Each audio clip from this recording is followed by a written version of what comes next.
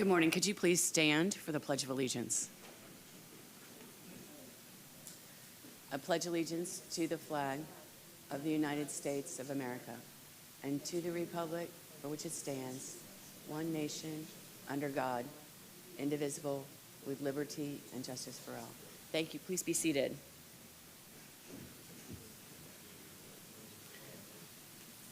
Good morning, everyone. I want to welcome you to this September 22nd, 2025 Land Use Hearing Officer hearing. My name is Susan Finch, and I'll be presiding as the hearing officer over today's cases. Let me start by introducing Ms. Colleen Marshall. She's with the Development Services Department. She'll introduce other staff members that will participate in today's hearing and go over any off-the-agenda changes. Ms. Marshall. Good morning, Colleen Marshall, Development Services. To my left is Mary Dorman of the Hillsborough County County Attorney's Office. To my right is Carmen Mason, Development Services staff. During the course of the hearing, a number of other planners will be presenting their findings for various cases and will be introduced for each item. We have one change to the published agenda. It's item A4, variance 25-1206. It's out of order to be heard and is continuing to the October 27th, 2025 Land Use Hearing Officer hearing. There was just a typo in the continuance date. All right, thank you so much. I appreciate it. Let me start by going over our procedures for today's hearing. Our hearing today consists of agenda items that require a public hearing by a land use hearing officer. I'll conduct a hearing on each agenda item and will make a decision within 15 business days following today's hearing. Our hearing today is informal. I'll ask questions related to the scope of direct testimony. I may call and question witnesses as I deem appropriate, and I will decide all questions of procedure. I'll take evidence, but will exclude evidence that is irrelevant, immaterial, or unduly repetitious. Evidence may be presented in written form, and all testimony must be under oath. Hearsay evidence may be used to supplement or explain other evidence, but shall not be sufficient alone to support a finding by me unless it would be admissible over objections in a civil action. Our order of presentation is as follows.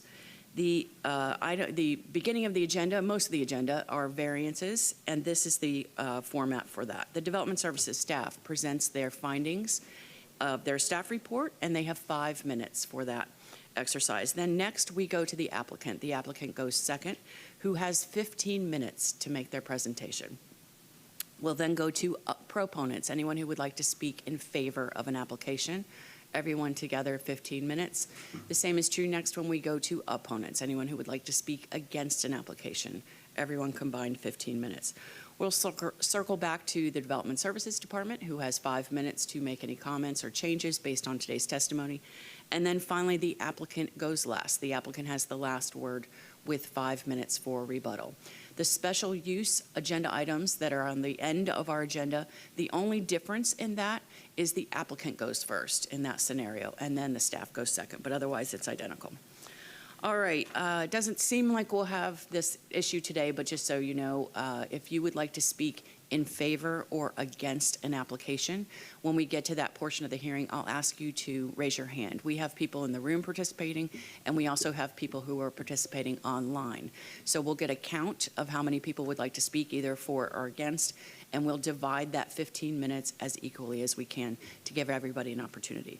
If you are going to speak, either in the room or online, if you could start by giving us your name and address for the record. We are recording this hearing, and we want to make sure we have your information correct. If you're in the room and you're done speaking at the podium, if you could, before you go back to your seat, sign in. Jermaine and Michael, raise your hands, guys, at the end. There you go. They're with the clerk's office, and they are keeping a written log of everyone that spoke today. So if you could please sign in with your name, address, and the case number to which you spoke. All right, with that said, let me now turn to Ms. Dorman with the County Attorney's Office, who will provide you the legal requirements for appealing a decision made by the Land Use Hearing Officer. Ms. Dorman. Okay. Good morning. Mary Dorman from the County Attorney's Office. This Land Use Hearing Officer public hearing is for variance and special use requests. This is the time for interested parties to present evidence and testimony. Once the Land Use Hearing Officer has closed a case, the record of that case is also closed, and no new evidence regarding that case may be submitted thereafter. Any decision by the Land Use Hearing Officer may be appealed to the Land Use Appeals Board. Should a decision of the Land Use Appeals, should a decision of the Land Use Hearing Officer be appealed, The record evidence, including the testimony presented at this public hearing, shall be the only evidence that is subject to review by the Land Use Appeals Board. In reaching a final decision on petitions, the Land Use Appeals Board will only consider the decision of the Land Use Hearing Officer and the record evidence, including any evidence from this public hearing. If an appeal is filed, the Land Use Appeals Board hearing shall consist of oral argument by the party appealing the decision, county staff, and any interveners, each of whom may be represented by legal counsel. The following shall have standing to appeal a decision of the Land Use Hearing Officer or to intervene in appeal. 1, the applicant, or 2, anyone who appeared before the Land Use Hearing Officer, presented testimony or other evidence, and is adversely affected by the decision of the Land Use Hearing Officer. It is the role of the county attorney's office to ensure that no new evidence or testimony is allowed before the Land Use Appeals Board that was not presented to the Land Use Hearing Officer at today's hearing. The county attorney will recommend that the Land Use Appeals Board disregard evidence or testimony that is outside the record made at today's public hearing. Any evidence presented to the Land Use Appeals Board that is outside the record created at today's hearing could jeopardize the legality of the Land Use Appeals Board decision, and the presenter of that evidence could hurt their own cause. The safest course of action, then, is for you to write down any comments that you make today and repeat them to the Land Use Appeals Board. Thank you, Ms. Dorman. I appreciate it. As I mentioned, all testimony is under oath, must be under oath. So if you plan to speak today, if you could please stand, raise your right hand, and I'll swear you in.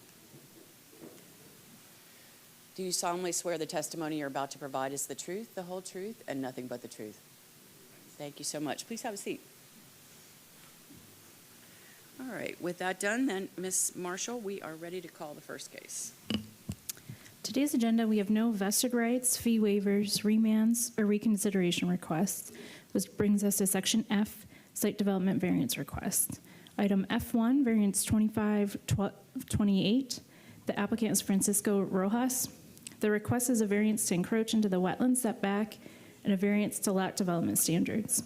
Staff findings will be presented by Wayne Doyen and myself. All right. Good morning. Good morning, ma'am. Wayne Doyen, Hillsborough County Development Services. This is variance 25-1228. The applicant is requesting a variance from the 30-foot wetland conservation area setback requirement, section 4.01.07.b.4 of the Land Development Code. The applicant's specific request, as shown in the site plan submitted on 8/5/2025, is to allow encroachment for a concrete pad, mobile home, stairs, and a drain field to be within the 30-foot wetland conservation area setback. The applicant is also requesting a variance to the maximum wetland area percentage of a lot zoned to AS1. Requested variance, LDC section 4.01.07.b.4, LDC requirement, no filling, excavating, or replacement of permanent structures or other impervious surfaces shall be allowed within a required 30-foot wetland conservation area setback. 15.2-foot max encroachment for a concrete pad, mobile home, stairs, and a drain field in the wetland conservation area setback. 14.8-foot remaining setback. Findings for that is the wetland setback compensation plan provided on site plans dated 7/30/2025 provides equivalent, disregard. Let's change that to 8/5/2025 provides equivalent square footage of compensation planning to the amount of encroachment. I will now turn it over to Colleen. Okay, thank you so much. The second variance is to section 60101 and note 2. Within the AS1 zoning district, up to 1/5 or 20% of the required lot area shall consist of conservation or preservation areas. The applicant is seeking a variance of 26% to allow for the lot to be 46% wetlands, 54% upland area. 2002 variance 02-0829 was approved to allow 30% wetlands and 70% upland area on the subject property. The property land area has not changed physically since the 2002 variance approval. However, a current wetland delineation now shows a higher percentage of the wetlands existing on the subject property, therefore necessitating the need for the new variance. Happy to answer any questions. Just a quick one for the record. It looks like this permit was issued back in, would that be 2002? It was previously issued. The applicant says that it looks like he uses the word issued. I can ask him when or her when she comes up. But Do you have information about that previous permit, when they went through the variance in '02? Don't have information about that permit. There's a current permit that was, I believe, applied for in 2024 that did issued, and as it was going through, after it was issued, the building permit staff realized that a certified parcel application was needed, as hadn't been certified as a lot of record, and the permit was revoked. So if the variances are approved, then they would resubmit for that permit. For the building permit? Okay, understood. Thank you so much. I appreciate it. Is the applicant here? Good morning. Are you the applicant? Yes. Please come forward. Just making sure. You say Francisco Rojas? Yes, sir. Yes, sir. If you could give us your name and address, please. Yeah, my name is Francisco Rojas. I'm the owner of Apache Drive. Could you give us your address as well? My address is 28311 Open Field Loop, Wesley Chapel, Florida 33543. Thank you so much. Well, the reason that I'm here is, good morning, everyone.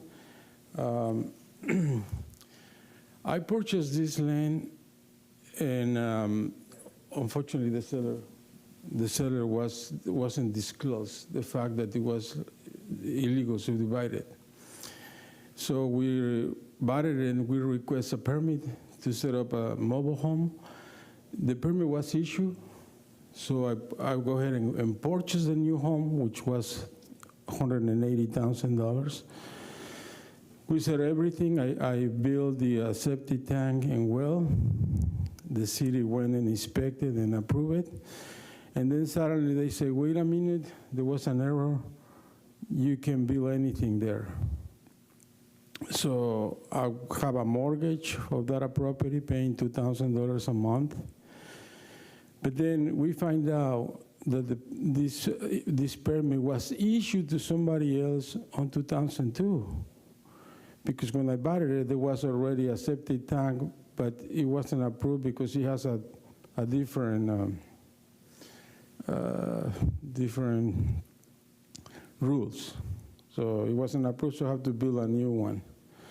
I spent $23,000 on a new one plus the well. So I've been in a really impressive home. However,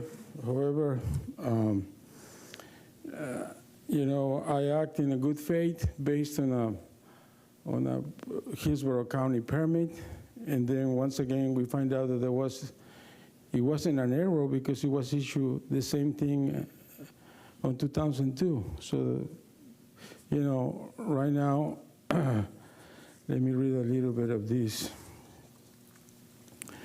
So the proposed mitigation measure, I'm preparing to implement and maintain robust mitigation to protect the wetland, including planting native buffer vegetation, 25 firebush marked on my survey, and 20 rusty lion mark indicated upstairs.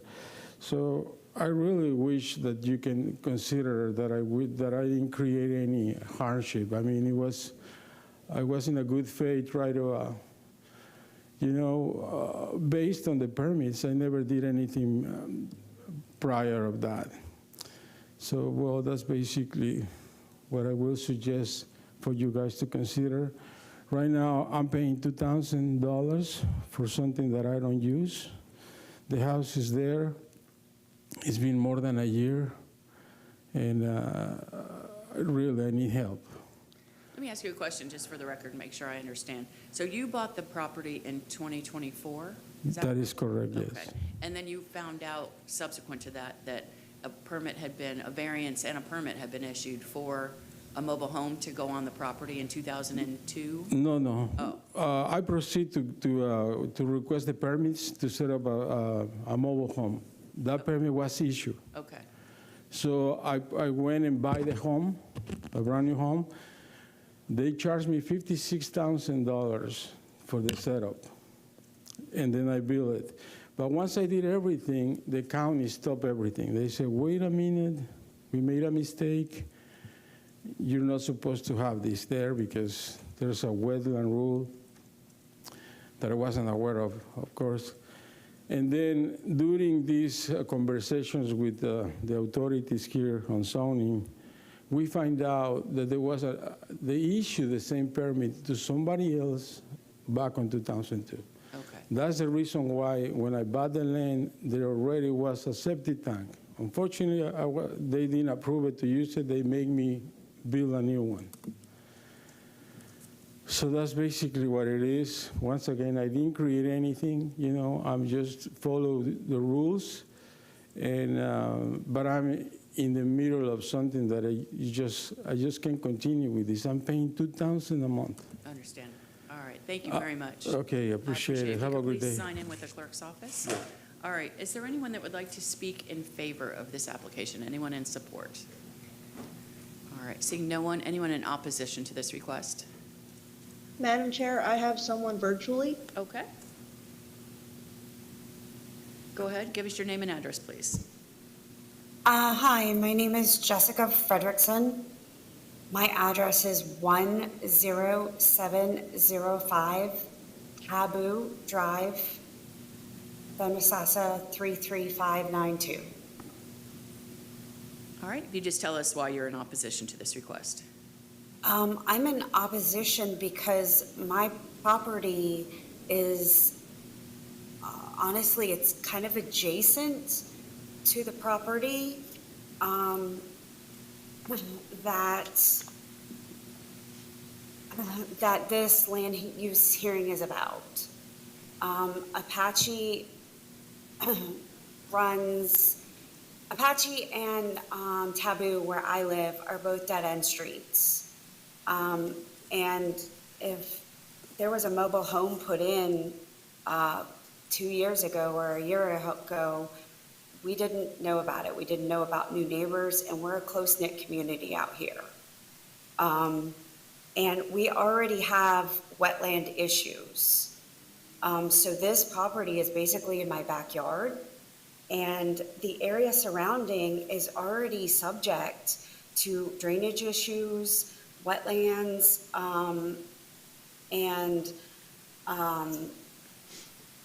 so I'm going to read it. We have drainage issues that could exacerbate flooding risk, especially during heavy rainfall. Our yard floods as it is. So if you remove the remaining wetlands that's 2 lots over in our backyard, where's all that water going to go?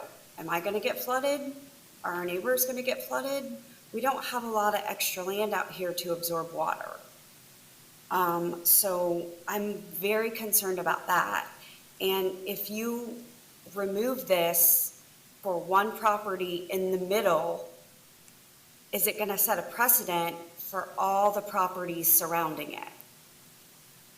This is not a highly developed area. We are all back here on kind of acre properties, and we kind of liked it that way. And I have a question. Who is this property going to? Is this gentleman coming out here to live? Because we don't have rental properties out here. When you came out here to purchase, you came out here to live. So is this gentleman coming to live out here, or is he renting this property out? We can have, it's not an issue for zoning and per se, but the gentleman has the last word, and we'll ask him when he comes up if he chooses to answer. Does that complete your comments? Well, I do have another, like, if there was an existing septic tank, that meant that there was an existing, mobile home out there. And I have a feeling it's from Mrs. M's husband, and she could have given him the story or the background on it. Because honestly, everybody surrounding us is family, because this was all one big piece of property that got subdivided. So I'm very concerned about somebody putting a mobile home in our backyard. All right. Did you have anything else before I move on? I don't. All right, thank you for your comments. I appreciate it. Is there anyone else that would like to speak in opposition to this request? Seeing no one? Oh. Hold on just one second. So, Ms. Marshall, anything else? Just to mention, I found the previous permit. I don't have access to the full permitting system, but I did find online. The permit number was P0503795, and that was for a mobile home setup in 2005. 2005, okay. So they did have a permit issued for a mobile home. Okay. All right, and then to the opposition's question about rental property, it's not controlled by the zoning, is that correct? Correct. The only requirement for single family is if you're renting it, you have to rent it for at least a week at a time or longer. All right, and that would be available to this applicant regardless if the variance is Correct. approved or not. All right, and then finally, the variance he's asking for is not into the wetland per se, it's into the wetland setback, is that correct? Correct. All right, thank you so much. All right, sir, we'll go back. Oh, That's what I was going to answer for Okay. you. I was going to try to alleviate her concerns. It's nothing to do with the wetlands. It's just a portion of the setback, and we are doing mitigation plantings to try to alleviate some of that. But most of it's a septic that's grass anyways. So just try to alleviate her concerns that it should not affect any of the drainage. all right, and could you give us your name? just Wayne for the Duane. record? All right, with county staff, thank you so much. All right, sir, you have the last word as the applicant. You want to come forward? Yes, sir. Yes. Well. Give us I your just- name just to start. Yeah, my name is Francisco Rojas. Thank you. And yes, I know that there's a big family that own this land prior of them subdivided. Then they sell it, make a profit, but they always hide the fact that it was illegal subdivided. So they make money out of selling the land, which is an acre, and now they don't want anybody to live there. I'm renting at my house right now, 28311 Open Field. I've been renting. This is supposed to be my primary residence, or will be, I hope. But that's it. I mean, the fact is that I bought this property for me, for my family, to be my primary resident. And once again, I just follow the rules. I saw this land for sale on MLS. There was a realtor. We closed in a title company that unfortunately I will never knew that this rule changed and anything of that. I wouldn't be here if Hillsborough County will issue the permit. That started everything, because without that, well, I wasn't going to buy the property, pay for the setup, and do all these expenses. You know, everything started with the permit issue. Unfortunately, that's what it is, but I hope you can consider all this. That's it. All right, thank you, sir, I appreciate it. Then with that, we'll close variance 25-1228 and go to the next case. This brings us to section G, sign variance requests. Item G1, variance 251035. The applicant is Addie Mentry. The request is a variance to sign requirements. Staff findings will be presented by Sam Ball. Good morning. Good morning. Sam Ball of Hillsborough County Development Services. The applicant is requesting two variances which would allow for a residential entry monument sign to be installed with a reduced front setback from 19 feet to 10 feet, and for the sign to be located at a location that is not an entrance to the subdivision. LDC Section 730C1C requires a 7-foot, 3/4-inch tall monument sign to have at least a 19-foot front setback. The applicant's requesting the 9-foot minimum setback reduction to allow the sign to have a 10-foot setback. LDC Section 730C3C requires the proposed residential entry sign to be located at the entrance to the subdivision that it identifies. The applicant is requesting for the sign to be located at a location that is not an entrance, which would result in the sign being located approximately 385 feet from its subdivision entrance. The proposed location is not considered an entrance to the subdivision that it represents because it's situated along a roadway that leads to other subdivisions, and it's approximately, like I said, 385 feet from the intersection into the subdivision, and it's also on a property situated 2 lots away from the entrance that the subdivision that the sign would represent. If you have any questions, No questions at this time. Thank you so much. Is the applicant here? Good morning. Sorry, I was having some presentation. We typically, we don't You don't take, do this? no, we don't take documents from a phone or a tablet because Okay. they can't be submitted into the record. Okay. You're welcome to talk through the entire Yeah, process. the email didn't send. The email didn't send. Is there a way you can grab that file somewhere else? I mean, I have it on my computer.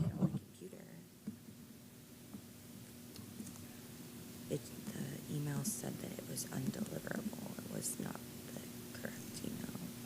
It wasn't found. I see there now. I think that's supposed to be a Y. That's to be a Y. Okay. Ms. Mentry, do you need more time to sort this out? Do you want us to move on and come back to you? Sure. Is that okay? Absolutely. Okay, thank you. All right. So we'll hold that application and work out some technical issues, and we'll go to the next application.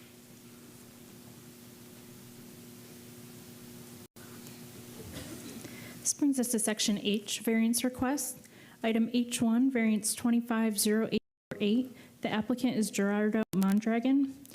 The request is a variance to lot development standards. Staff findings will be presented by Logan McCaig. All right. Good morning. Good morning. Logan McCaig, Hillsborough County Development Services, variance 250848. The applicant is requesting a variance to height, area, bulk, and placement regulations for the purpose of constructing a recycling facility on the property. Per section 60101, a minimum of a 30-foot front yard setback is required in the CI zoning district. The applicant is requesting a 15-foot variance to this, resulting in a 15-foot front yard setback.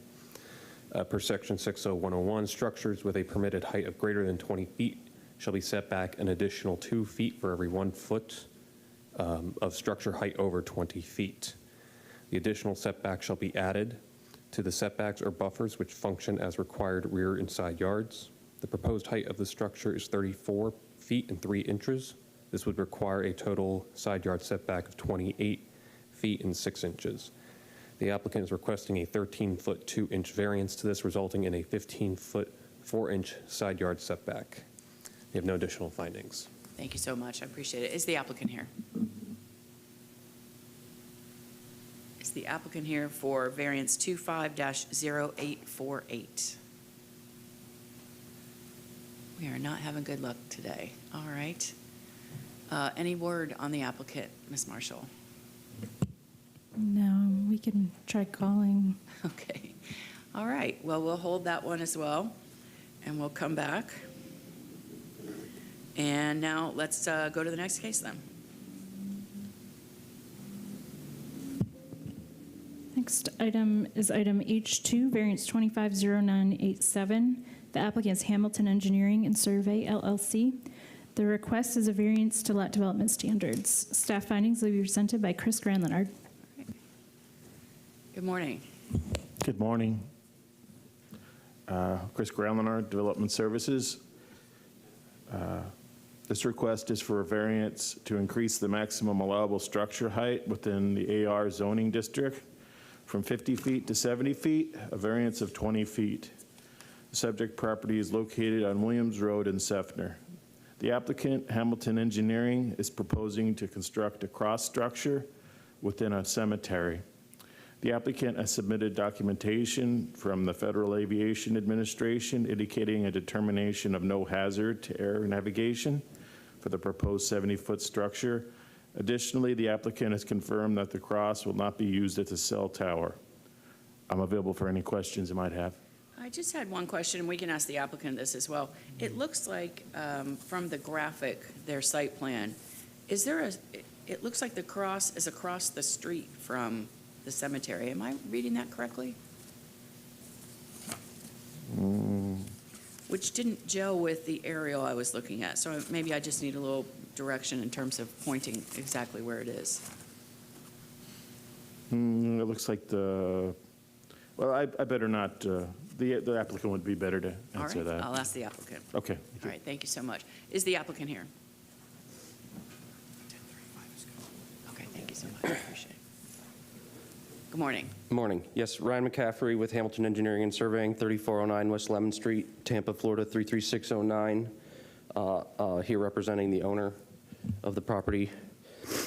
To get started here on your question, this is part of the Resurrection Cemetery project. The cemetery is located on the north side. Can I use the? Yeah, face up, and then if you just move that microphone with you. so Okay. it'll pick up, perfect. All right, we can see everything here. Okay, so the north side, this is East Sly Avenue to the east of the subject property is Williams Road. This project is this property is northeast of the I-75, I-4 interchange, and on the north side of East Sly Avenue is the actual Resurrection Cemetery property, which consists of a mausoleum. The subject property, or the Resurrection Cemetery, is a 71-acre site, and this is 54 acres south of that. The purpose of the cemetery has been designed to have a connection to the natural wooded landscape and function as a nature preserve in addition to it being a cemetery.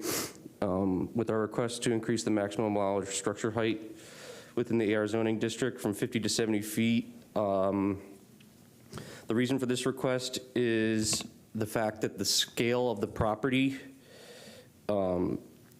is about, the scale of the subject property is about 10 times larger than the AR zoning district.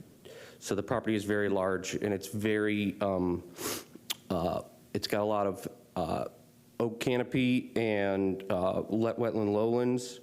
Williams Road to the east is on the corridor preservation, scenic corridor preservation, and there are a lot of large oak canopy trees along Williams Road and along East Sly Avenue. The rural scenic corridors require that there be a 30-foot scenic easement provided, which shall be left in natural state unless actively used for agricultural purposes. This property is not being used for agricultural purposes. And some of the, I'm going to present a few images of, so this is Williams Road just south of this East Sly Avenue intersection. So the subject property would be to the west. The proposed location of the cross structure would be about 1,500 feet west of this.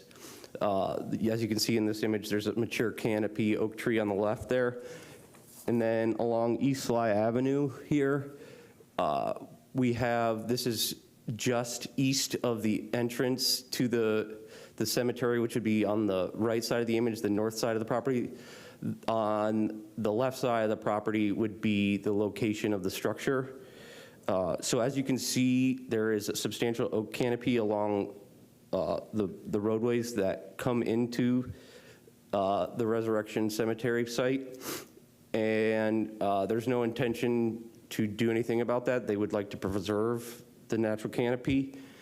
And so mature live oaks, which these appear to be mostly live oaks, mature live oaks have an approximate height of between 40 and 80 feet.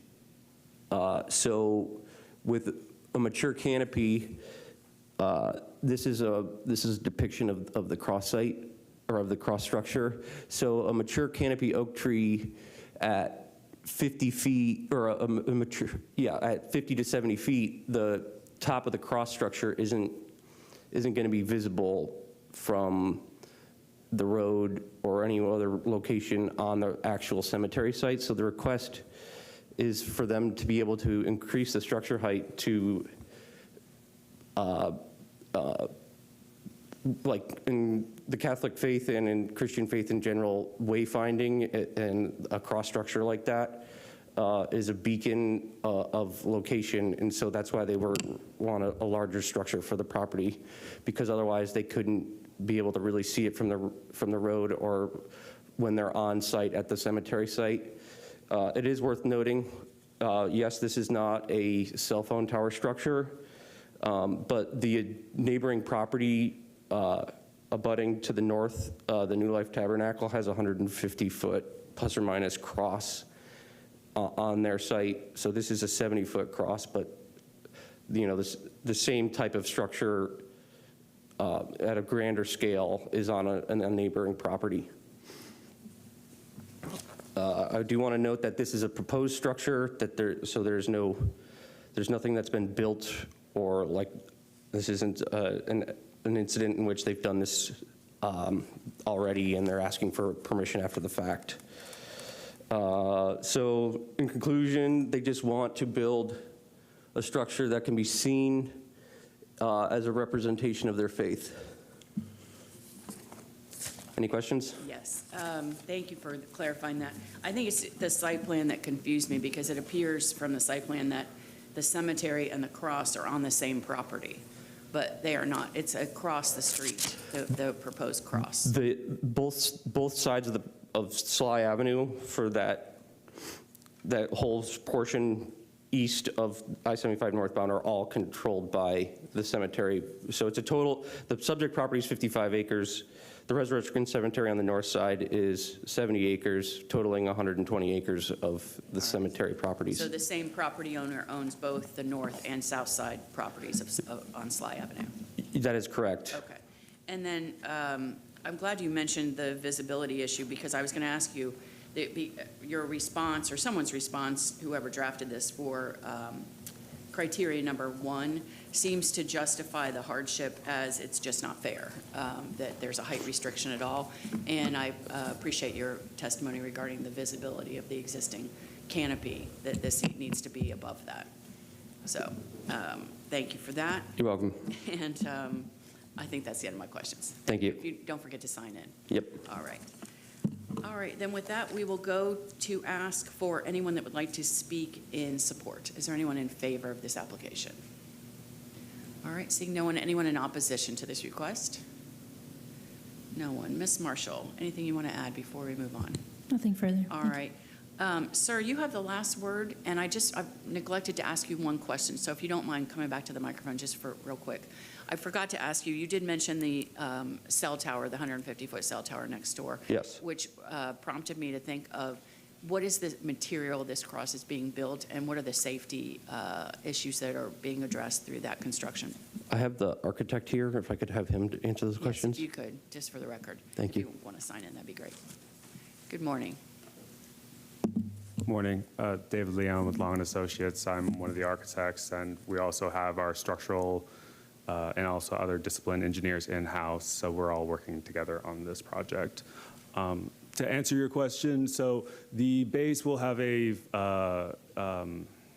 suitable foundation, a concrete foundation with steel and rebar, but the actual structure itself will be, at the moment, it is a steel, hollow structural steel tube that will be used, and it will be painted accordingly as well.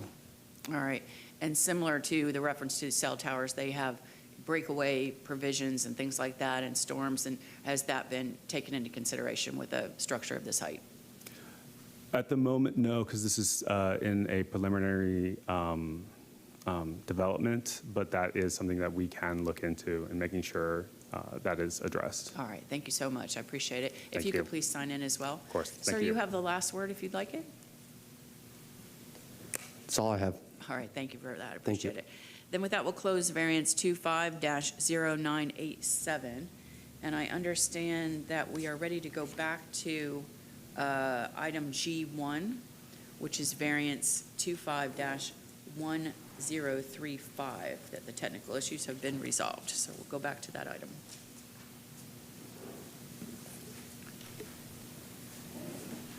All right.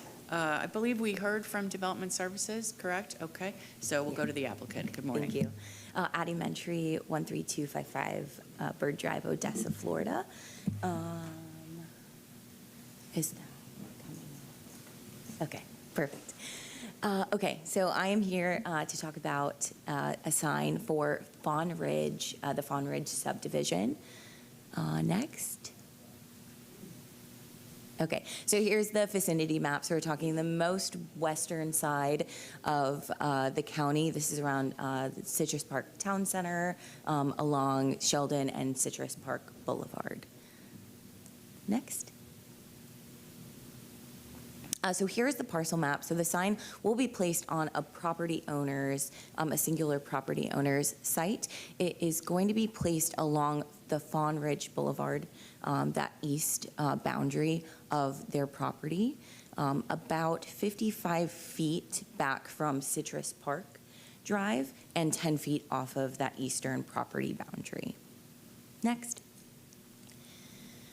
So the variance requested, we are requesting 2 variances, one to reduce the setback from the 19 feet to 10 feet, and we're also requesting to place the sign at this location because the platted entrance technically is off of Breland Drive, which is just north of Citrus Park Drive. I believe it's 2 lots up from this subject property.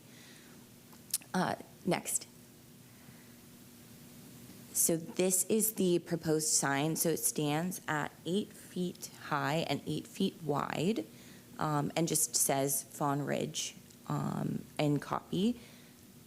Next. This is a close-up site plan where you can see the sign will be just adjacent to Fawn Ridge at a slight angle to have visibility from Citrus Park Drive. The intent of this sign is to have visibility from Citrus Park Drive. This is from the boundary survey that we got because we're also going through a vacation of the existing landscaping and utility easement that runs the east property boundary.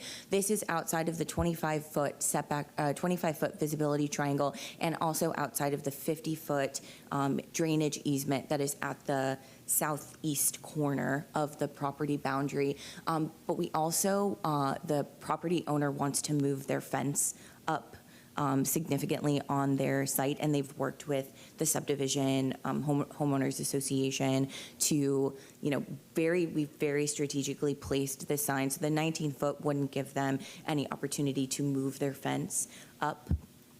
So that's why we are requesting the setback. And also it's been strategically placed to not place it within the drainage easement and outside of the visibility triangle. Next.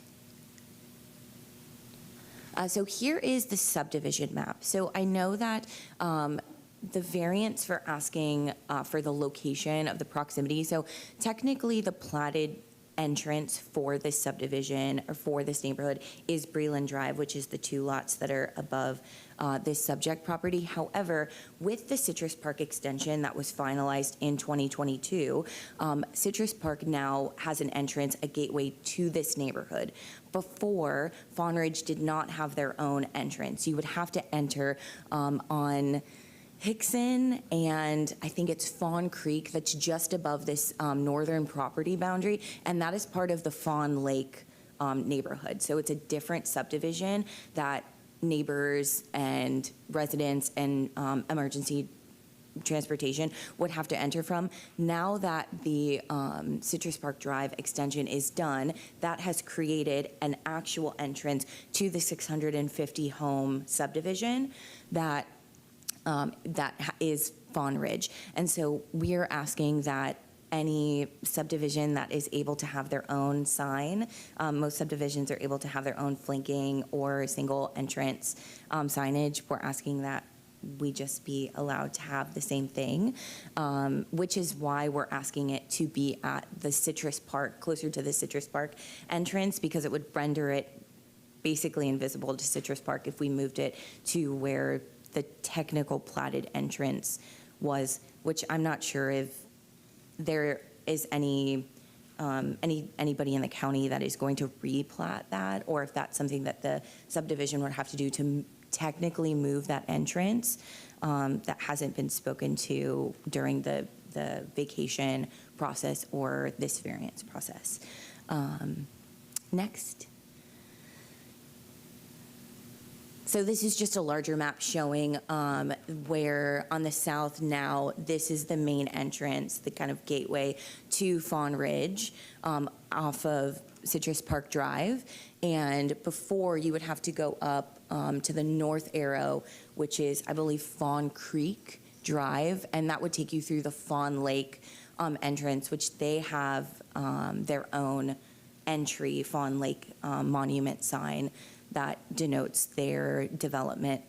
But through this, because Fawn Ridge actually bottoms out into Fawn Ridge Park on the western border, and that is a dead end. So there's also not an entrance to the west for the subdivision. So yeah, we're just asking because of the drainage easements, because we're going through the vacation process. That's why we're asking for the setback requirement, and also to make sure that the property owner, they've been so gracious to allow us to put this on their site so that they can have their own property rights and move up their fence, and then just have the right to assign like most subdivisions have. All right. Yeah. I don't have any questions at this time. Okay. Thank you so much. Thank Don't you. forget to sign in. All right, we'll call for anyone that would like to speak in support. Anyone in favor? Seeing no one, anyone in opposition to this request? No one. Ms. Marshall, anything else? Nothing further. All right. Ms. Mentry, you have the last word if you'd like That's it. all. Okay. Thank you. Then with that, we'll close variance 25-1035. And I'll just ask if we have heard from the applicant on the next agenda item that we held. Yes, Mr. Mondragon is on virtually now. We'll just Oh. need to be sworn in. All right, perfect. All right, so I'll swear him in. We're going to go then to variance 25-0848, which is agenda item H1. We're going to pick that back up. Did we take we take the development services testimony? We did, okay. Yes. All right, then is the applicant here? Online. All right. Let me swear you in. And by the way, if there's anyone in the room that walked in a little late and either this case or the next case or the rest of the agenda plans to speak, if you could please stand, raise your right hand so I'll swear you all in. Do you solemnly swear the testimony you're about to provide is the truth, the whole truth, and nothing but the truth?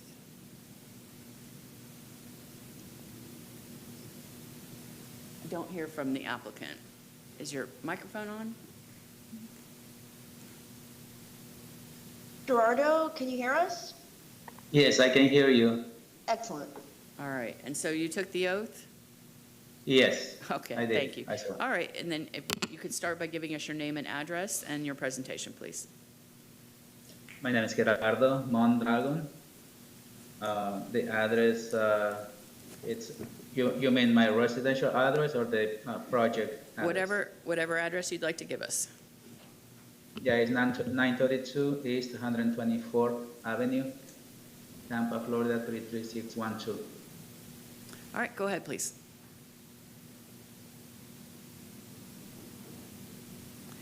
If you could tell us about your variance request, sir. Yeah, the variance request, as you can see on the application, we are trying to build a 12,000 square feet metal building. There is a grand oak on the middle of the property between the existing building and the proposed new building. First of all, we are trying to save that grand oak. That's why our request is to allow us to lift up that building 15 feet away from the property line. And then, as you can see with the application, we submit the proposed site work signed by the engineers. So if you please can approve that, we appreciate it very much. This road, 128th Avenue, it's kind kind of, there is a lot of activity there. There is a lot of neighbors, even closer, right there in the edge of the road. There is a lot of encroachings from the neighbors also. And we are just, trying to build this building and to allow us for trucks coming in and out on the site. So basically, that's it. And I'm sorry I was not well prepared enough. I didn't know I had to be on the meeting. All right, well, appreciate it. Thank you for participating. We'll go on now to ask for anyone that would like to speak in support. Is there anyone in favor, either in the room or online? Seeing no one, anyone in opposition to this request? All right, Ms. Marshall, anything else? Nothing further. All Thank you. right. Mr. Mondragon, you have the last word if you'd like it, but you don't have to take it. All right, thank you. Thank you. Then with that, we'll close variance 25-0848, which takes us to agenda item H3. Ms. Marshall. So next item is H3, variance 25-1099. The applicant is Todd Pressman. The request is a variance to lot development standards. Staff findings will be presented by Carol Ann Peddle. All right. Good morning. Carol Ann Peddle, Development Services, variance 25-1099. The applicant requests variance to lot development standards for proposed multifamily buildings located on South Taylor Road. Per LDC Section 60101, within the RMC 9 zoning district, the maximum building height shall be 35 feet. They're requesting a variance of 5 feet, resulting in a max building height of 40 feet. Per LDC Section 60101 and Note 8, structures with a permitted height greater than 20 feet shall be set back an additional 2 feet for every 1 foot of structure height over 20 feet. The additional setback should be added to setbacks or buffers which function as rear yard and side yard setbacks. The variance request is for 10.14 feet, resulting in a side yard setback of 49.86 feet, where a 60-foot setback would be required for the southern property line. That concludes my staff report. Thank you so much. Thank you. We'll go to the applicant, who I understand is online. Good morning. Where I am is good afternoon. Pleasure to be here. Hearing officer, staff members. Todd Pressman, 200 2nd Avenue South, number 451 in St. Petersburg. I'm going to share my screen. Can you see the PowerPoint? I can. Okay, great. And that's in the records. This is variance 25-1099. We're located in the Seffner area. And you'll see we're located just north of 574. And as the property appraiser has it along Taylor Road, this is the property as defined and described by the property appraiser. So the site plan includes this drawing, of which specifically includes a 3-story multifamily here. Can you see my cursor, hearing officer? Yes, I can. Okay. So 3-story multifamily here and 3-story multifamily here and a rather large pond. So as indicated by the staff, the first variance has allowed the 2 buildings to exist at a 40-foot height versus 35 feet. That's just a 5-foot height variance. Second is a side setback of 49.86 is required, or 49.86 setback is proposed. 60-foot setback is required, so a variance of 10.14 feet. And basically the first variance, which is important, results in 8-foot ceiling height versus a 9-foot ceiling height. So this would be the variance as proposed on the south. And as I've shown you on the site plan, it would affect these 2 multifamily stories. Now, critically looking at the site, surface waters and easement area is this area in yellow specifically, which you can see takes up a big part of the property. And looking closer at that, we have the typical landscape buffer of 20 feet, but then we have other surface waters and an easement as well that imposes pretty significantly on the site. When you look at that measurement-wise, I have it at about 135 feet, more or less, on the north coming down to 60 feet more or less on the south. And, the second element is that it's located in a volume-sensitive basin, is indicated by the project engineer, Land Sevens and Partners. Projects located within a volume-sensitive basin are required to retain a difference between the pre-development post. So they do require a larger stormwater pond. So when you look at the encroachment area here, plus requirements for a larger pond, it does significantly constrict the site.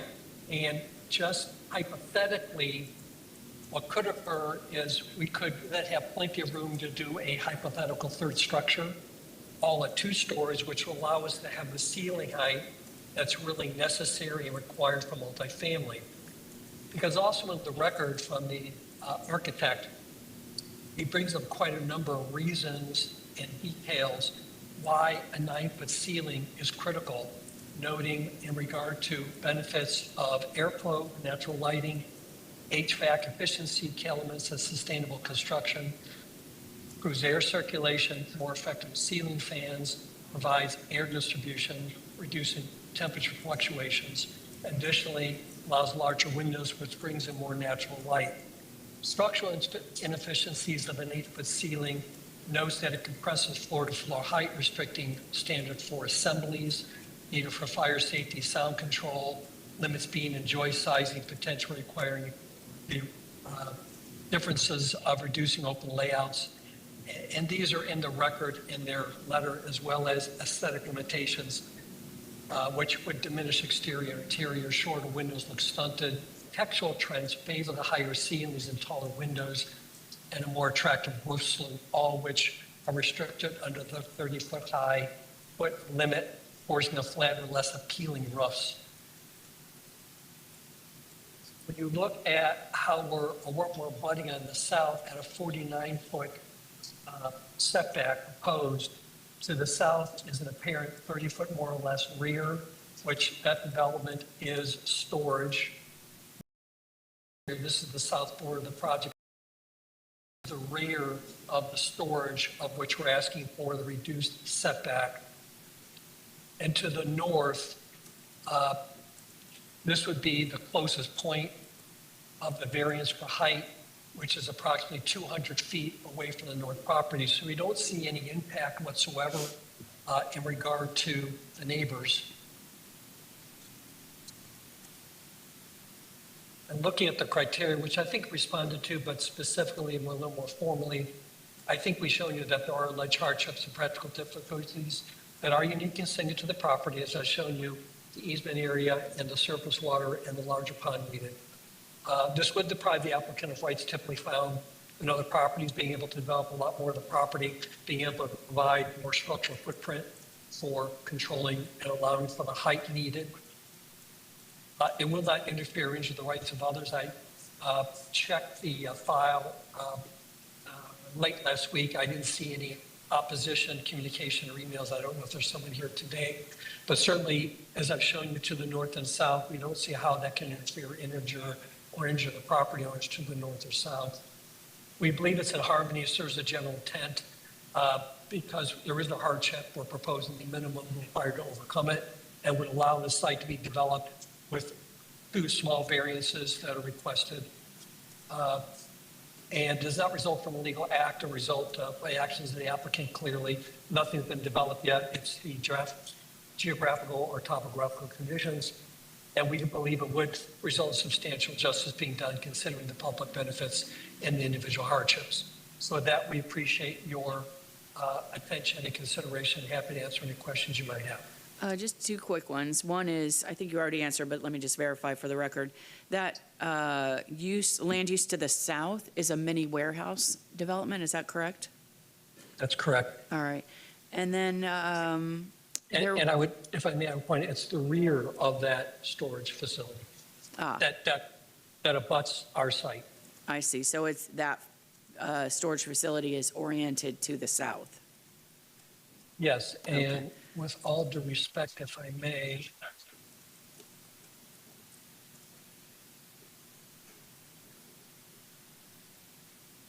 This is the south border of the project site, and you can see this is the rear of that mini storage site abutting.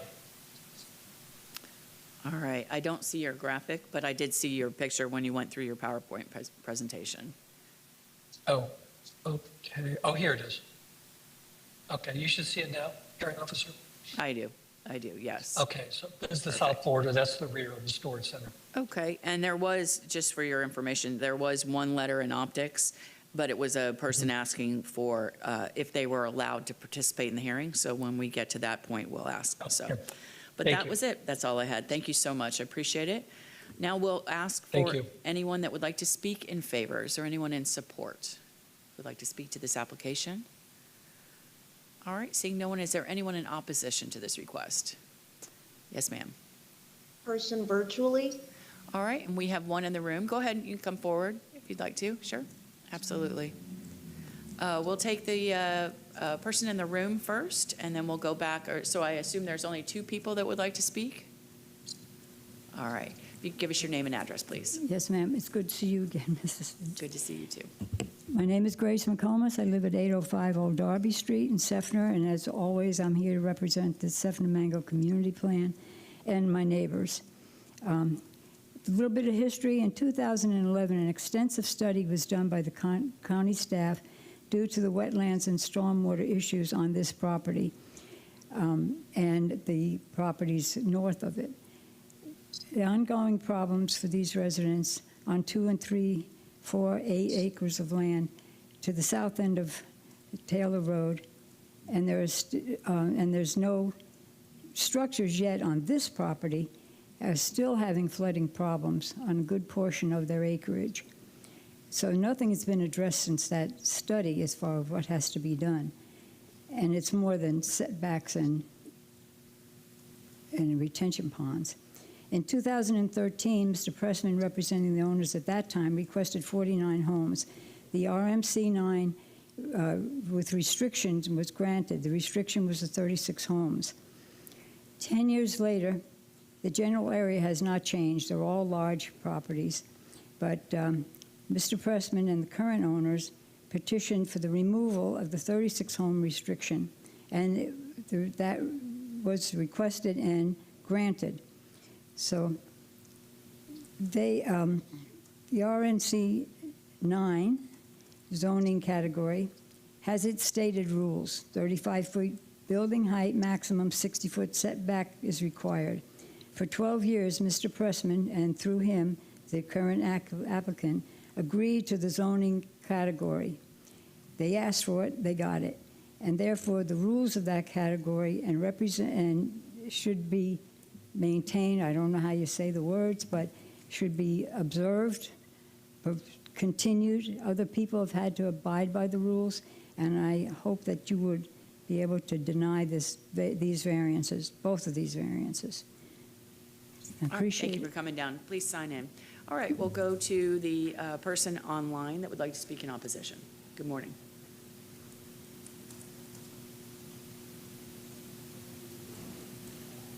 Do we have someone online that would like to speak in opposition? Lindsay, can you hear us? Lindsay? Now I can. If you could give us your name and address, please. Sorry, Madam Chair, I'm trying to help Lindsay with her audio. All right. There should be a caret next to the mute button. If you click on that and go to your audio settings, you should be able to turn on your microphone.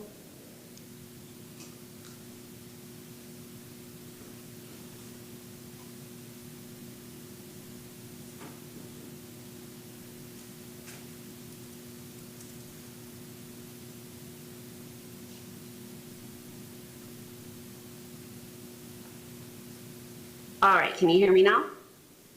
I can hear you. Okay, sorry about that. Okay, you need my name and address? Please. Okay, good morning. My name is Lindsay Penance. I am at 1302 South Taylor Road in Seffner, Florida, 33584. All right, go ahead and tell us why you're opposed to this variance. Okay, I'm a resident of the Seffner community near the proposed development, and I am here today to oppose the variance request. First, I want to be clear, this property is already zoned RMC 9, which allows up to 48 units or 9 units per acre. The issue before us is not density. The question is whether the developer should be allowed to exceed the 35-foot height cap that applies to every other RMC 9 parcel in Hillsborough County. The applicant argues they need the variance to provide 9-foot ceilings for what they call modern apartments. But this is not a hardship under the Land Development Code. A desire for higher ceilings, better marketing, or more luxurious product does not meet the legal test. Hardship must be tied to unique conditions of the property itself, not a developer's business preferences.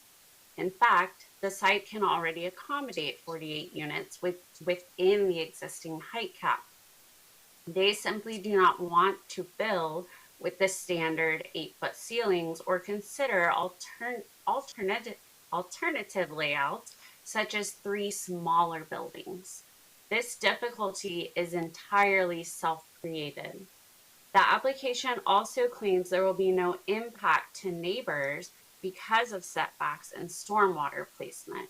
But even looking at the pictures that Mr. Pressman shared of only the south side show a different story. The large setback they cite on the south side borders the commercial property, not residences. On the north side, where the homes actually are, the buffer is a stormwater pond. A pond may hold water, but it does nothing to reduce the visual or privacy impacts of a taller building rising above it.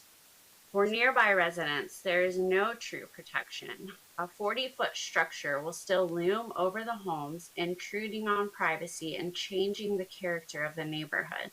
If this variance is granted, it sends a signal that every developer in the RMC 9 zoning that the 35-foot cap can simply be ignored because 8-foot ceilings are now considered outdated. That is not a variance. That is a rewriting of the zoning code without going through the proper process. For these reasons, I respectfully urge the hearing officer to deny this variance. Upholding the 35-foot cap maintains the integrity of our zoning laws, protects neighboring residences from adverse impacts, and ensures that variances are granted only when a true and unique hardship exists. All right, does that complete your comments? Yes. Thank you so much for participating, I appreciate it. Anyone else that would like to speak in opposition to this request? All right, seeing no one, Ms. Marshall, anything you want to add? Nothing further. Thank Okay. you. Mr. Pressman, you have 5 minutes for rebuttal. Now, bear with me 1 second here, please.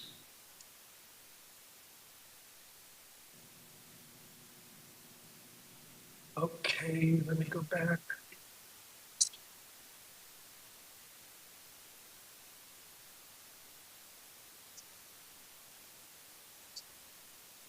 Okay, I think it's very important to understand where the 2 speakers are located. The first woman, First Lady, who's a very nice woman, and she appears before a lot of scepter issues. Her home is located literally miles away from this location, a tremendous distance. She's in no way whatsoever impacted by this. The second woman who spoke is located, as shown here on the property appraiser. This is the, can you see the aerial, hearing officer? I can, yes. Hello? Okay. So this is the property under, subject property under review now, north of the commercial. Second woman spoke here. So she is 2 properties away, plus the 200-foot buffer for the stormwater pond. So neither resident, although appreciate them coming down or speaking and having a concern about this variance, could possibly be impacted or injured or have any kind of encroachment of any kind. Neither of the speakers recognized and spoke of what are clearly definable and seriously impacting issues on this property, which again are well buffered. We did not hear from the abutting owner to the north nor the next property abutting to the north, nor do we hear from the property owner to the south. Those are the only two properties who could potentially be affected, and in my opinion, they would be affected anyway. So we presented to you, again, definable topographical, geographical hardships, which we responded to, and we believe those are valid and support the criteria and are the minimum that we're requesting before you today, which are minimal variances. Happy to answer any questions you might have. Just a quick one for the record. The agenda shows that this property does have a restriction on it, but that was mentioned that that was removed in the opposition. Can you clear that up? I'm actually not familiar with what that restriction says that you say was removed, correct? Yes, let me go to county staff just to ask that real quick. The 2023 rezoning, it removed, there was I believe there's 4 or 5 restrictions as part of that RMC 9 restricted, and it removed, there was, on the 2013, there was one that limited the number of units as well.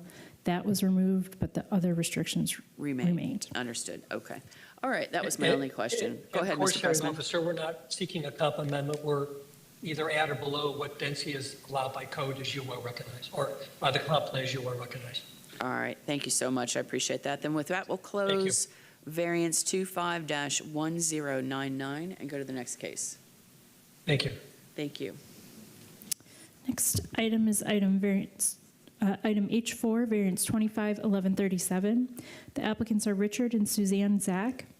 The request is a variance to lot development standards and to permitted projections into required yards. Staff findings will be presented by James Baker. Good morning. Good morning. This request is for variance to the permitted projection into the 5-foot required side yard to allow a 17-inch side yard setback for generator equipment. The pertinent LDC sections are 6.01.03 I3 and 6.01.01. Specifically, mechanical equipment such as air conditioning units, pumps, heating equipment, propane tanks, electrical generators, and similar installations may not project into the required front yards, but may project 5 feet into the required rear yard and 3 feet or no more than 50% of the required side yard, whichever is more restrictive. The required side yard in the PD district is 5 feet. Therefore, the required side yard for the generator is 2.5 feet, which is 30 inches. The variance requested is 13 inches, leaving a 17-inch side yard setback for the generator. Thank you so much. Is the applicant here?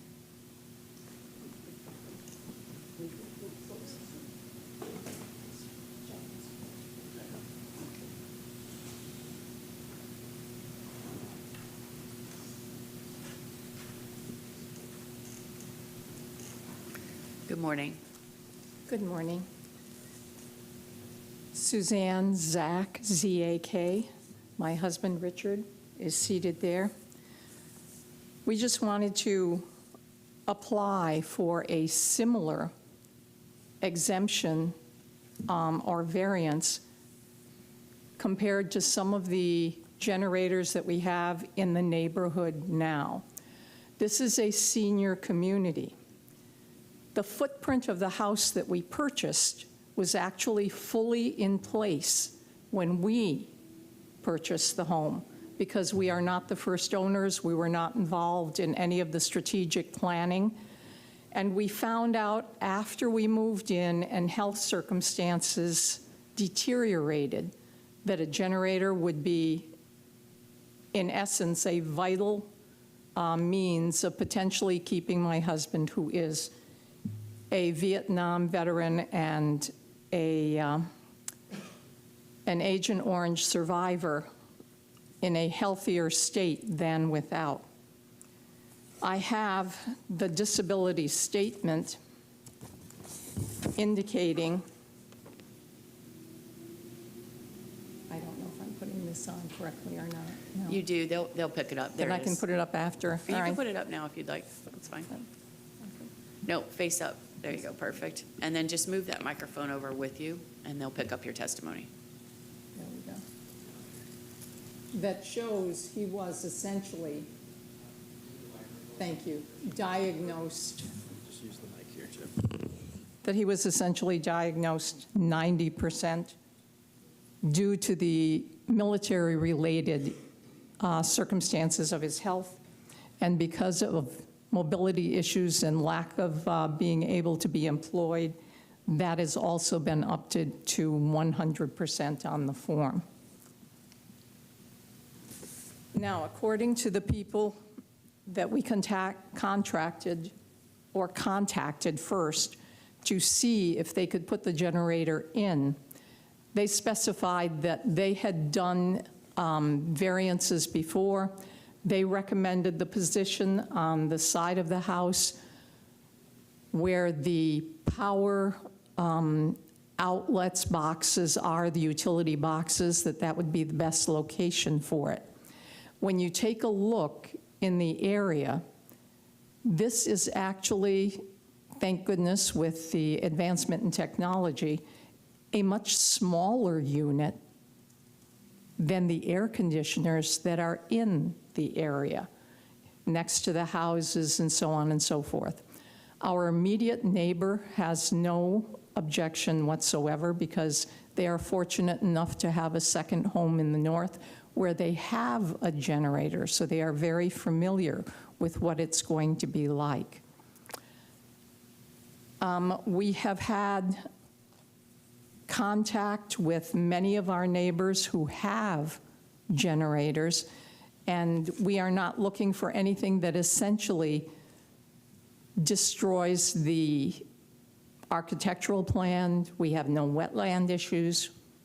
We are in a non-evacuation zone, but with the intensity of the storms that have increased, we've all seen that there are many issues that might require someone in a health position to have something like this added. So we have submitted the information on the plot plan, where it would go to your planners, and I thank you for the opportunity for this presentation. Mrs. Zach, before you leave, could you just give us your address for the record? I'm sorry, I just can't Could you hear give us your address for the record? Sorry, 1052 Emerald Dunes Drive in Sun City Center, a very well-known senior community. Thank you so much, and if you could please sign in. Thank you for that, I appreciate it. All right, we'll call for anyone that would like to speak in support. Anyone in favor?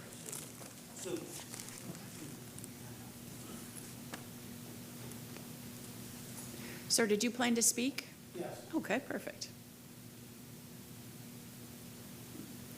Good morning. Good morning. Yes, to you. Good morning, and I'd just like to say thank you for these couple minutes. All I'd like to say is this. I am sorry that my health has gone bad, but the problem I face is that if the electricity goes out, I'm gone because of breathing apparatus and medical pharmacists that are in the refrigerator if that goes. And our neighborhood is not equipped to get anything going like this, to get survival on that. So that's all I want to say is that please look into that and think about that, okay? Thank you. Thank you. Could you give us your name and address, please? Richard Zach, address 1052 Emerald Dunes Drive. Thank you, sir. I appreciate Sun it. City Center. Please sign in. Thank you. Is there anyone else that would like to speak in support? Anyone in favor? All right. Anyone in opposition to this request? Seeing no one, Ms. Marshall, anything else? Nothing further. Mrs. Zach, you have the last word if you'd like it. You don't have to take it. Well, I would just... Oh, but you have, if you are going to speak, you have to go back to the microphone. Sorry.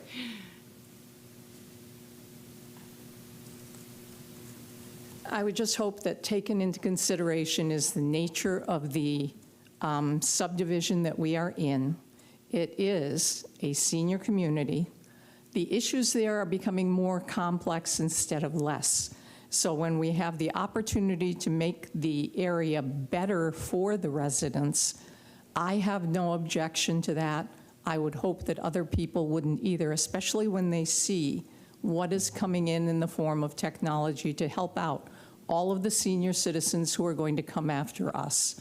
We are not going to be here all that much longer, but I know that as a senior community, the new residents will come into place, hoping that they have the opportunity to take advantage of whatever can keep them in better condition for the rest of the time they have. Thank you. Thank you so much. I appreciate it. Then with that, we'll close variance 25-1137 and go to the next case. Next item is item H5, variance 251163. The applicant is Melva Rodriguez. The request is a variance to lot development standards and to accessory structure requirements. Staff findings will be presented by Sierra James. Good morning. Good morning, Sierra James with Development Services. The applicant is requesting a variance to the side yard setbacks to accommodate the existing single-family home and accessory structure. The property located at 511 Julie Lane, Brandon Boulevard, Florida, 33511 is zoned and subject to the development standards for the RSC 6 zoning district.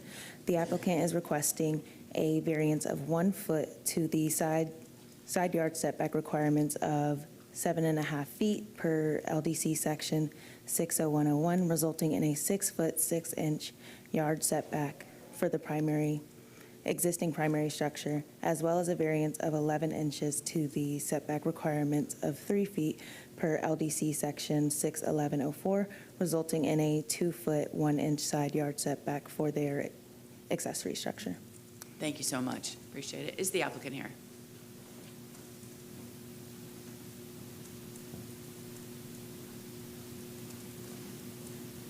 Good morning. Morning. My name is Melva Rodriguez. My address is 4201 West Hamilton Avenue, Tampa, Florida, 33614. I'm currently having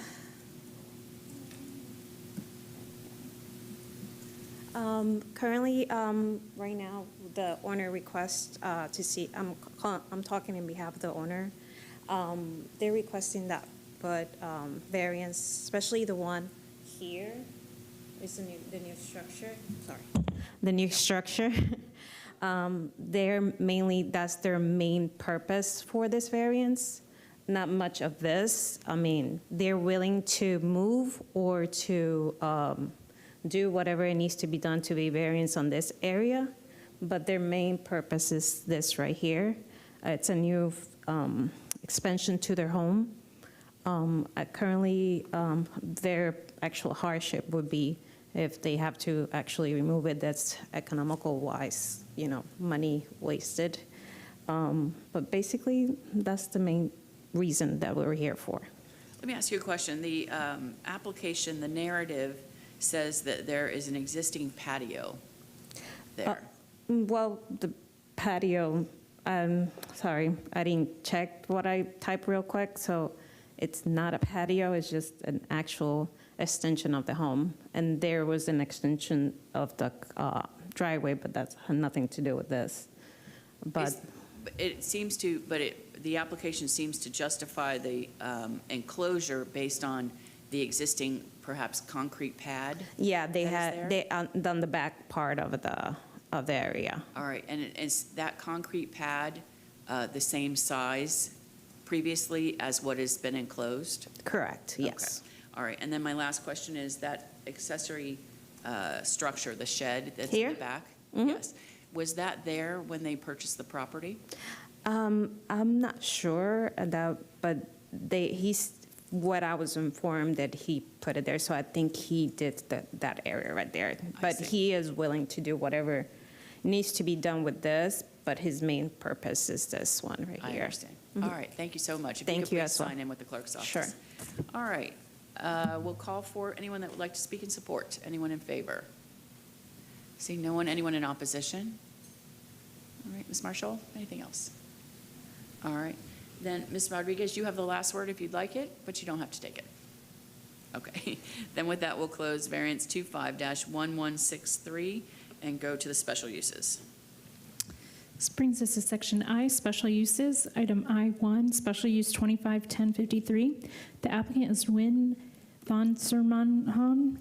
The request is a special use for COP alcoholic beverage permit with separation waivers. Chris Granlenard will provide staff findings after presentation by the applicant. All right, as I mentioned, as special uses, the applicant goes first, so is the applicant here? Is the applicant here for agenda item I-1, SUAB 25-1053?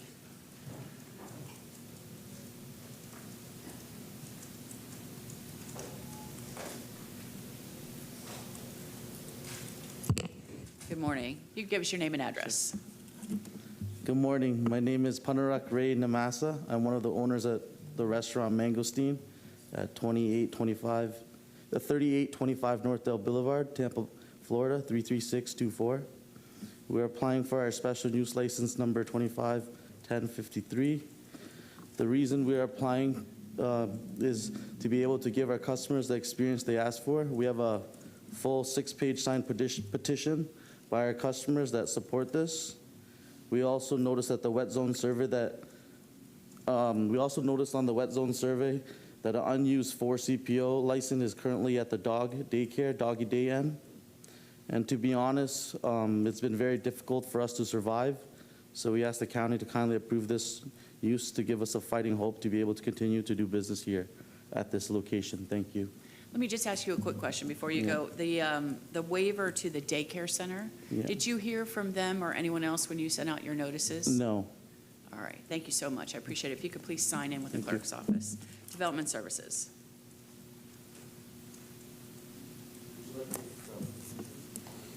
Yes, if you'd like to submit it into the record, you're more than welcome to. Good morning. Good morning. Chris Granlenard again, Development Services. We're to present special use application 25-1053 for the Mangosteen Restaurant located at 3825 Northdale Boulevard. The applicant is requesting a 4 COP alcoholic beverage permit to allow the sale and the consumption of beer, wine, and liquor both on and off the premises. This request includes 2 waivers: distance to community use.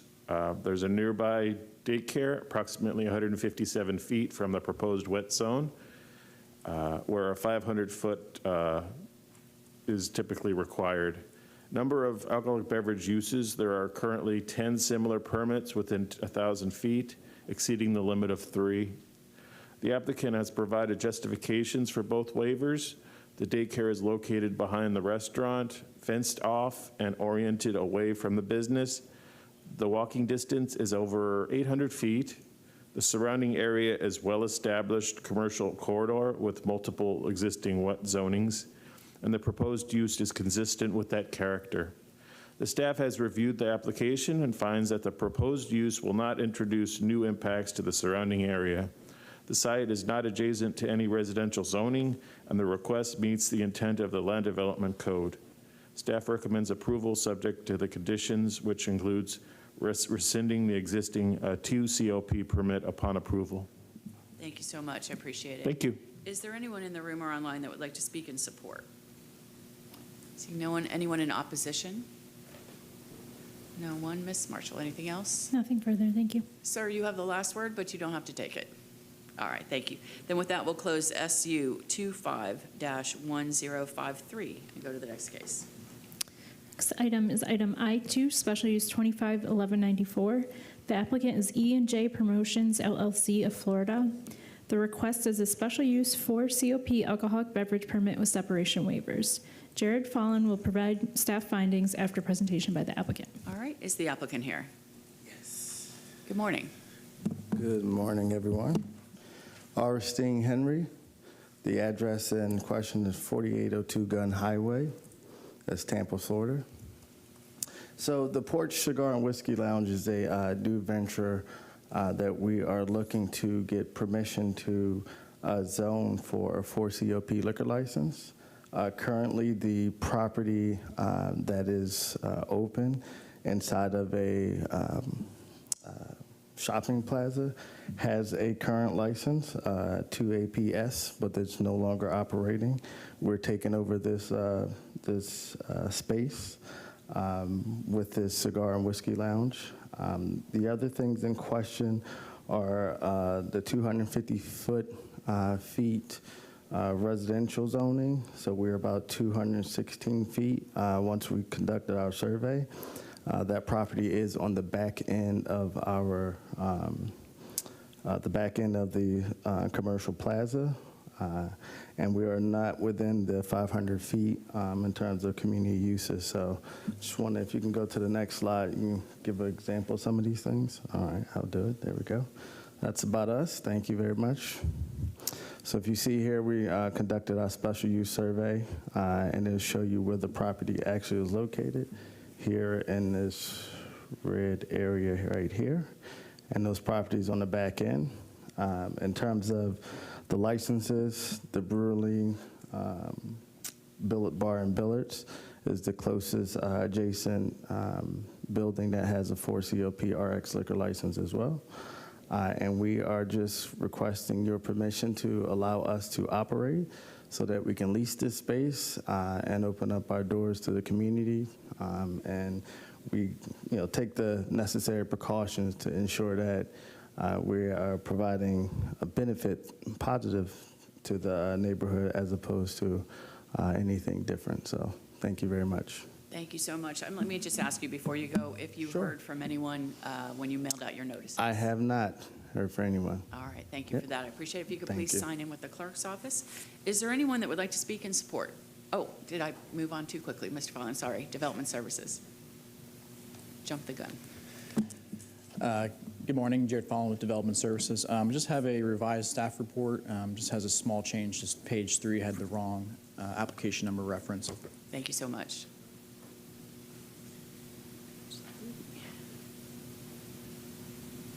Perfect. Thank you very much.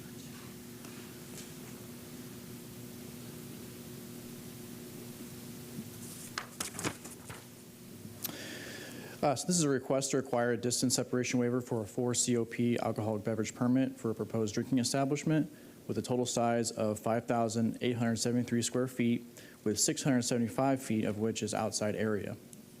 The site is located at 4802 Gun Highway and is the site of a strip mall type building, which includes several commercial uses.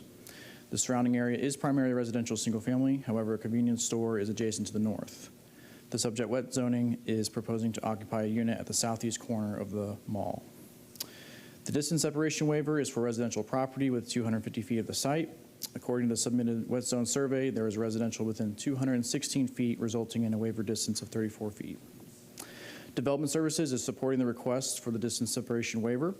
The subject wet zoning in the residential area is separated by a 120-foot right-of-way road and a 60-foot drive aisle on the subject property. Secondly, the residential homes face away from the proposed wet zoning, and a fence with vegetation screens the area from the site. Lastly, the main entrance and proposed outside area faces away from residential. Due to these findings, we find the request approvable. I'm happy to answer any questions. None at this time. Thank you so much. All right, now we'll call for people who would like to speak in support. Anyone in favor? Seeing no one, anyone in opposition to this request? Ms. Marshall, anything else? Nothing further. All right, we'll go back to the applicant. Anything else? All right, thank you. Then with that, we'll close SUAB 25-1194 and adjourn the hearing. Thank you all for your time and testimony.